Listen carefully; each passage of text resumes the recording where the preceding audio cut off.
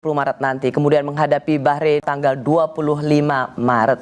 Laga itu merupakan pertandingan lanjutan ronde ketiga kualifikasi Piala Dunia 2026 Grup C Zona Asia. Saya masih bersama Ketua Umum PSSI Bapak Erick Thohir. Pak Erick Thohir, yang membuat grogi para pencinta bola ini adalah waktu itu Kluivert pernah melatih Curaçao dan kemudian dibantai Bahrain 4-0. Jadi ada trauma, dia aja nggak bisa ngalahin Bahrain. Ya, kita juga sering dibantai dulu. Ya, zaman Nico Sintayong juga sering kalah.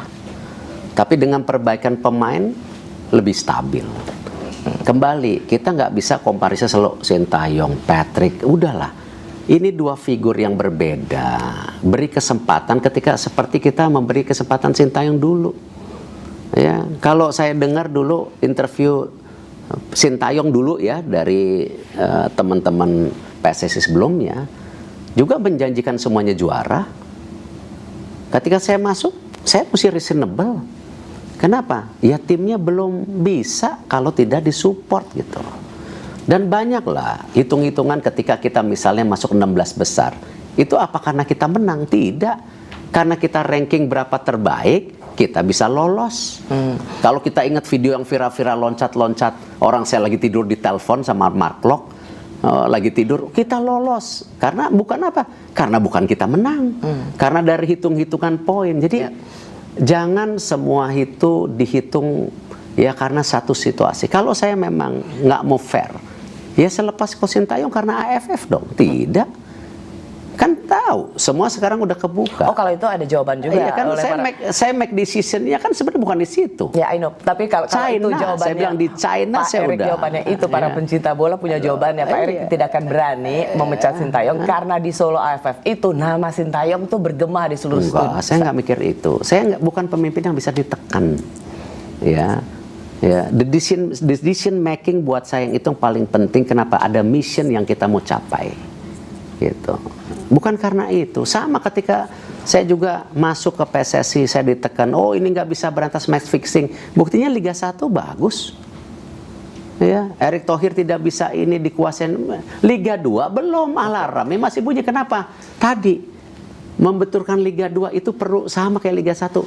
Wasitnya diperbaikin dulu, sistem VAR-nya ada. Ini kenapa? Bangsa kita ini suka tidak apa? Mau proses. Ya.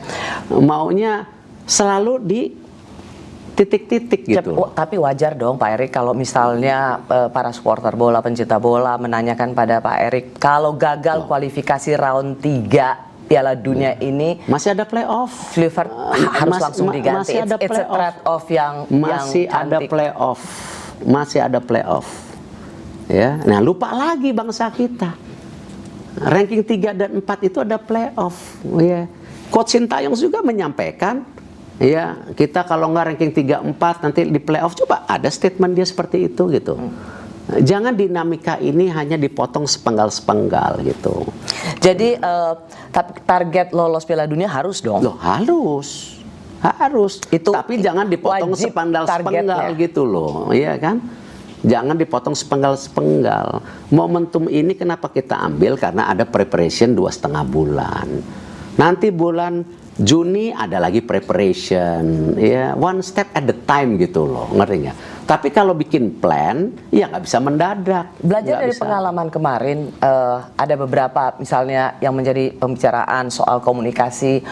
Coach Sintayong tidak bisa bahasa Inggris, tidak bisa bahasa Indonesia, jadi harus ada bicara soal di ruang ganti misalnya, atau saat melatih harus ada 2 penerjemah gitu. Apakah ini juga menjadi kewajiban bagi Kluivert, atau karena dia orang Belanda, pemainnya orang Belanda, it's okay, bahasa Inggris dan bahasa Belanda saja? Ini kita kembali, jangan langsung di judgment, Patrick ini nggak capable, Patrick ini gagal. Ya gimana? Kalau kita paradigmanya seperti itu, ya emang ya gimana gitu loh, udah susah. Kalau semua sekarang memframing seperti itu, sama juga. Ketika saya masuk ketua PSSI, ya kalau saya langsung di framing Erick Thohir pasti gagal, ya selesai saya.